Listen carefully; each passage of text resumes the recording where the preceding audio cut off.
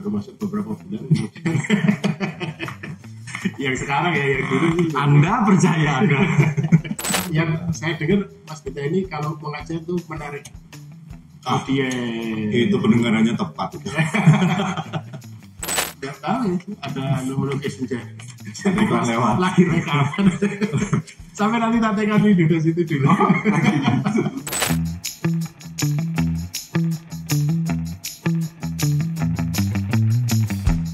Sahabat Puspa, kita ketemu sesi mantap ya. Mantap. Mantap itu bisa talk kami atau saya berbicara. Sekarang mantap yang pakai I ya, mantap ya dengan Mas Gita. Mantap itu mie top. Oh, oke. Jadi bisa. Itu iya Pak E sebetulnya. Nah, Pak Y ya betulnya. Oh, iya. Tapi pakai titik, jadi bisa pakai I ya. Yes, terserah. Pokoknya intinya logonya belum dibuat, pasti diangan. Siap. Baik. Ya, ini kita baru saja sholat ya, kemudian ngobrol-ngobrol biar bermanfaat. Karena hari ini tidak ada kultum, kita kultum ini ya. Kultum akademis lah. Betul, akademis. Ya, ini Mas Gita ini salah satu wisatawan di Pusat Pajak. Kompetensinya apa? Saya biasa mengampu pemeriksaan, kemudian IT sama komunikasi nanti. Iya. Ini pemeriksaan juga ada komunikasi. Ya harus. Nah, ini saya kan sebenarnya nyupi di Pusat Pajak baru masuk beberapa bulan kemudian yang sekarang ya yang dulu Anda percaya Anda? orang baru setelah lama ya. Ya gitulah Pak. Yang saya dengar Mas Gita ini kalau mengajar itu menarik audiens. Itu pendengarannya tepat. Iya katanya begitu, tapi ya nggak semua lah. Yang cocok aja kali kayaknya. Yang cocok ya. Cocok. Mungkin memang orang cocok kan ini sekarang ya cocok dengan Pak Gita, saya pengen tahu memang yang dilakukan. Kalau menyampaikan materi itu kan prinsip awalnya kan kita membuat peserta yang menerima materi itu nyaman. Jadi dia nyaman dulu biar dia nyaman. Nyaman itu gimana sih caranya? Kalau cowok ke cewek gimana nyamannya? Dibelai gitu. Nggak ya, untuk general ya, supaya nyaman kan biasanya dengan joke, dengan humor itu biasanya lebih welcome gitu. Humor ya. Humor. Jadi awal mindset untuk menyampaikan materi itu kita kemas supaya fun, diseling humor gitu. Ini dibelai perasaannya ya. Dibelai perasaan. Ya. Kan tiketnya online juga ya. Ini yang peserta dia cowoknya juga. Iya. Kan dulunya awal tiketnya banyak yang online. Sebenarnya saya sendiri enggak, sebelum yang online juga sama lah, Bu. Ya. Waktu kita klasikal dulu juga gayanya disamakan. Iya. Tapi saya merasa mempunyai saya merasa penurunan grade mengajar saya. Karena Ketika online itu kayaknya nilainya oke saja gitu ya, bagus, tinggi. Begitu online itu kayaknya turun gitu ya. Saya mungkin kayak ada apa ya? pas klasikal biasa, pas online turun gitu. Iya. Pas klasikal saya bisa mengeksplorasi. Eksplorasi. Gitu. Dan sampai kan bisa bertahan gitu ya. Online maupun daring maupun luring. Sekarang yang luring aja deh, yang daring. Yang daring nih. Ini kan tatanya apa yang sampai lakukan biar menyentuh. Nah itu dia. Kan tadi salah satu kompetensinya IT ya. Selesai ya. Berarti ini sudah ke titik kelemahanmu ya, kenapa nilainya turun udah jelas ya. Tapi gini, sebetulnya kan itu awalnya saja. Sebetulnya cuma 3 tahun ya, 3 tahun. Nggak nyampe, ya 3 tahun lah mudah-mudahan selesai. Jadi sekarang masih tahun tahun keempat ini jaringan pakai online.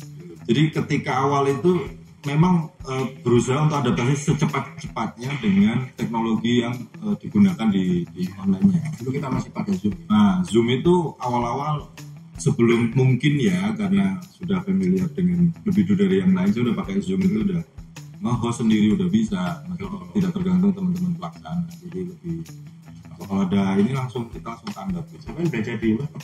Otodidak. Sebelum itu kan dia belajar sendiri Di Zoom-nya itu langsung, bukan di YouTube. bukan YouTube malah nggak pernah lihat itu. Oh gitu. Dan itu Zoom itu kan setelah tahun pertama tuh. Iya. Nah, pas sebelum tahun pertama kan masih mencari itu ya. Ada Google Meet, ada Discord, pernah aku sharing di Discord. Jadi beberapa aplikasi itu kita coba semua tuh waktu itu. Akhirnya ketemu bukan ketemu si kantor kan pakai langganan Zoom. Nah, udah diperkuat di situ gitu. Diskusi sama teman-teman yang kayak peranata komputer dari sini Mas Yogi gitu. Diskusi sama dia sama pengguna-pengguna yang lain, terus browsing daripada YouTube saya mending ke browsingnya. Jadi dia di Google-nya kendala apa langsung di search gitu. Ada ya? Ada dulu awal-awal tuh banyak. Kalau sekarang mungkin kan udah Zoom udah familiar ya. Nah setelah tahu itu kan tinggal mencocokkan sama kalau kita di kelas dulu gimana cara-cara itu. Memang nggak bisa dipungkiri yang kita perlihatkan kan hanya setengah ke atas ya. Bawahan itu nggak penting ya. Bawahan itu di mana-mana ya. Bawahan itu nggak penting. Nah, yang penting ya. Komunikasi gestur yang bisa dilakukan ya akhirnya terbatas dari pusar ke atas. Iya.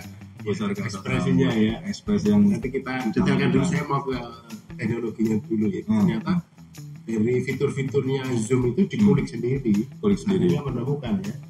Dan saya baru tahun lalu menemukan bahwa PowerPoint itu bisa dijadikan virtual background ya. Ya.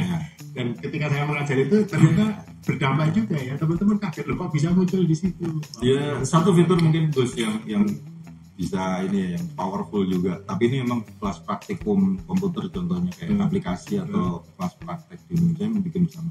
Jadi itu ternyata ada fitur yang share screen-nya satu kelas. Di Teams itu nggak ada di Teams. Di Teams nggak ada. Di Zoom maksudnya gini, satu kelas bisa share semua. Satu kelas bisa share screen dan kita pengajar itu bisa melihat apa yang dilakukan masing-masing peserta dengan layarnya.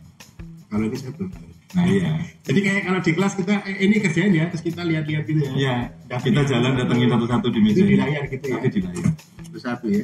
Itu pakai Zoom kelebihan itu sampai sekarang saya belum ketemu di Teams, belum ketemu. Nggak tahu kalau ada teman-teman yang ketemu bisa di kolom komentar nanti. Iya, bisa ya. Jadi itu kelebihan Zoom yang sangat powerful dan itu kita manfaatkan banget pas praktek komputer misalnya. Ya mungkin kalau kita lihat satu-satu layarnya terus dipandu kampanye, ini kok kayak kamu punya kesulitan ya kalau kerjanya baru sampai sini. Ya. Kayak dibantu mungkin kayak di kelas juga gitu ya. Iya. Jadi lebih ini lagi. Itu salah satu yang kemarin kayaknya fitur high untuk pembelajaran ya, yang pernah saya ketemuin. Kalau browser yang itu kan macam-macam ya, yang PowerPoint bisa jadi background. Ada juga fitur, jadi Zoom bisa menerima aplikasi lain sebagai add-on-nya. Misalnya saya pakai OBS. Nah di OBS itu bisa macam-macam juga. Open Broadcast System. Nah itu program itu bisa mencakup video, audio, terus termasuk juga PowerPoint tadi. Jadi bisa background di dalam background. Jadi si Zoom bisa menggunakan OBS sebagai background. Nah di dalam OBS-nya juga bisa pakai PowerPoint sebagai background. Jadi gitu terus itu. Jadi dua aplikasi ya? 2 aplikasi, 3 aplikasi saling ini. Ya. Di mix bisa. Kalau sepemahamanku OBS itu free kan ya? Free ya? Free ya? Nggak usah langganan ya? Nggak usah langganan. Ya kalau itu saya dikit-dikit tahu ya, cuma tidak secanggih itu ya. Oke, yang pertama itu sudah ketahuan rumusnya ya. Nah, mungkin dua ya. Yang satu ya sentuh di hatinya peserta itu perlu dibuat nyaman untuk belai hatinya. Nah, tapi dengan memanfaatkan teknologi tadi ya. Ternyata Zoom itu banyak sekali aplikasi yang terus terang saya juga baru tahu yang ini bahwa kita bisa share screen, meminta peserta atau pembelajar share screen sendiri. Kemudian kita bisa mengamati satu-satu bisa masuk seperti itu. Nah, yang ketiga mungkin kayak komunikasi atau gini deh, kalau saya kan kenal lama Mas Gita ini kan senang main musik dan menyanyi ya, itu dimanfaatkan deh hampir selalu ya hampir selalu. Ini kawan saya yang kedua ya, yang satu IT saya ketiga lah nyanyi ini yang saya juga takut untuk menyanyi. Jadi nggak selalu setiap kelas enggak, tapi biasanya kalau misalnya durasi 1 minggu nih 3 hari 4 hari itu pasti ada bagian yang kita mainkan gitu. Dan tidak satu full lagu karena itu akan sangat mengganggu kalau menurut saya juga. Akan kebetulan suaranya juga pas-pasan gitu kan. Gitu.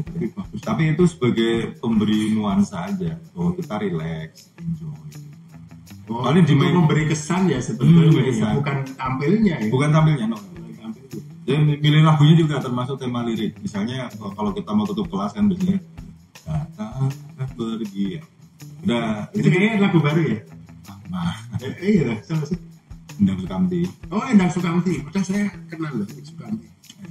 Tapi lagu itu udah kenal ya. Datang akan pergi, lewatkan pergi. Itu kalau udah mau tutupan. Nah, kalau lagu itu kan aslinya di looping sampai 2-3 kali. Oh, Nah, kita mainin cuma 1 kali aja. itu biasanya dipakai untuk perpisahan. Ya, kalau yang terakhir penutup di pentasnya Endang Sukamti. Nah, kalau misalnya peserta habis ngerjain tugas nih soal terus merasa susah berat, lagunya Demasi. Jangan menyerah, jangan menyerah gitu. Itu untuk memberi semangat. Jadi ada konteksnya ya. Ada konteksnya. Di looping ini 1,5 ya, 1 bait lah, 1 bait sampai selesai, 1 ref, udah. Jangan diulang lagi kayak lagu aslinya, nanti bosan, menjemukan. Karena momennya aja kan pas ini baru sudah mau menyerah dinyanyiin lagi kan, jangan menyerah kan. Mungkin ada kesan juga kan, ada kebantuan gitu ya. Yang datang untuk pergi tadi bagus ya, jangan menutup semua acara dengan lagu kemesraan. Ini lagunya udah nih dari penutupan di tengah gitu. Kalau di awal? Di awal tuh apa ya? Lagu-lagu yang relevan sama misalnya tren di internet lagi apa gitu. Kayak kemarin kan pas COVID itu lagunya Budi Doremi itu. Ini referensi saya tentang lagu minim ya, mohon maaf ya. Budi Doremi itu yang itu lagu baru. Lagu baru waktu itu. Lagu baru waktu karena si Budi Doremi bikin waktu COVID ya. Memang untuk COVID. Ya, memang untuk COVID. Memang ini relevan ya. Aku melukis senja. Jadi aku mengerti perjalanan hidup yang kini kau lalui. Meski lelah kau tak merasa sendiri. Nah kayak gitu tuh ya? melukis senja. Melukis senja ya. Kalau aku sih anak senja tapi nggak tahu ya ada melukis senja.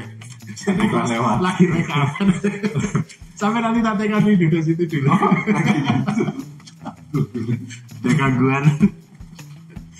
Oh, jadi baru ketiga nih. Kenapa nilai pengajarku turun ya?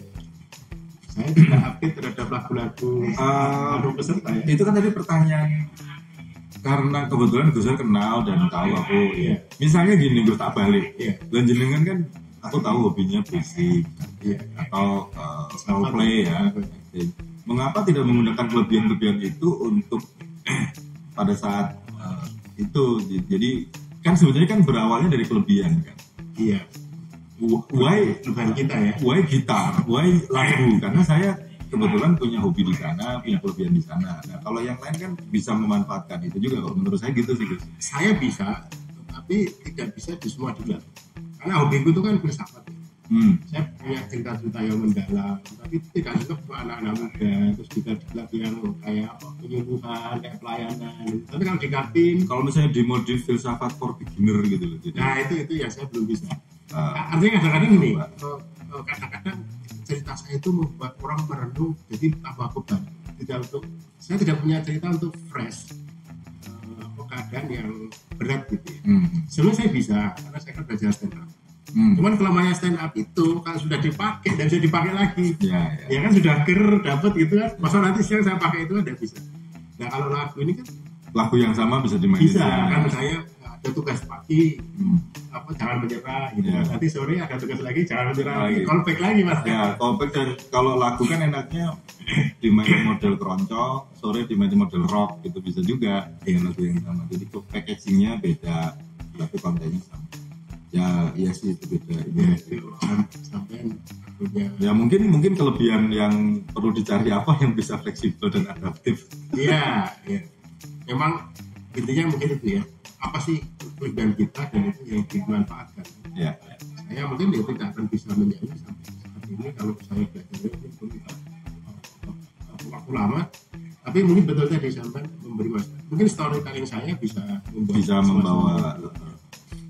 Tapi saya ngakui sih kalau lagu itu di semua situasi itu bisa dimainkan. Bisa diterima, lebih bisa diterima. Iya, kalau stand up, storytelling atau cerita filsafat segmen tertentu ya itu bisa kena ya. Kalau kadang-kadang kayak terlalu berat ini bapak ini ngomong apa sih?